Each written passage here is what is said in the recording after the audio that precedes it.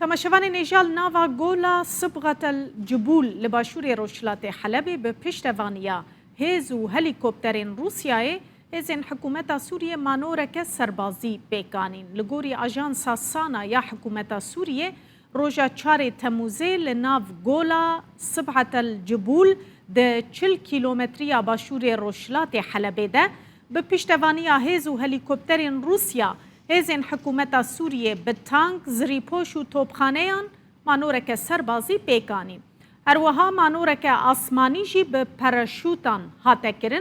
اف جی وک آماده کاریه کهیش بوی روبروبونا ایریشک پیش بینی کری یا ارتشا ترکیه و گروپین چکدار بو سر باکور و باکور روشلات سوریه کونها دروجه ویده. بری هفتیه که جی لباکور من بجه لروشلات حلبه هیزین حکومت هسده و هیزین روسی مانورک سربازی پیکانی بود.